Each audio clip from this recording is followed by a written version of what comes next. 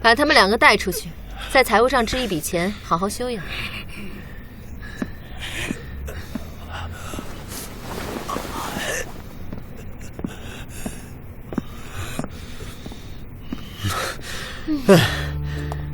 怎么样？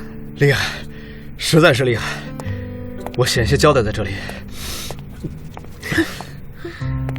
听说他们退役的时候还是组织中的2流战士，离1流和顶级还差得很远，而且搏击前并没有服用兴奋剂。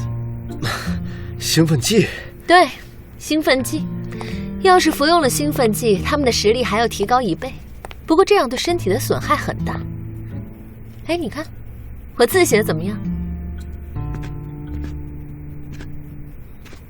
一剑光寒14周，神拳沾衣18跌。哎呀，神拳沾衣18跌，我可担当不起。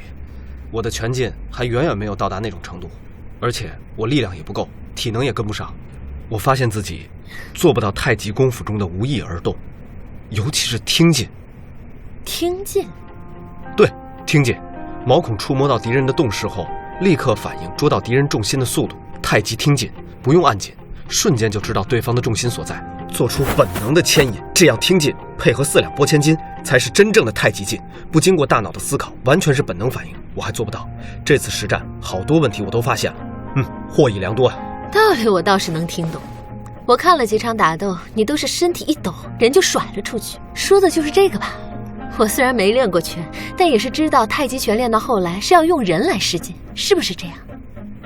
用人来施劲？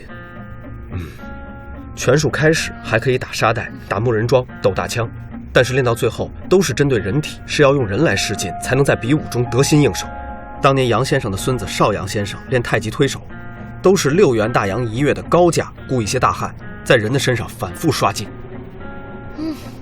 当年我学舞剑的时候，我师父告诉我，到最后也是要拿人来施剑。武当山的道士练剑是跳上树刺猴子。哎，你觉得刚才那2个人桩怎么样？刚才那2个，这些雇佣兵身手极好，正是刷劲练功的极品人物，非常有挑战性。既然这样，那你以后1周来一次，拿他们试劲练功。啊？你是不是想问我为什么给你提供这样的方便？哎，对了，好像我要舞剑了，等等我去换衣服，不要跟过来。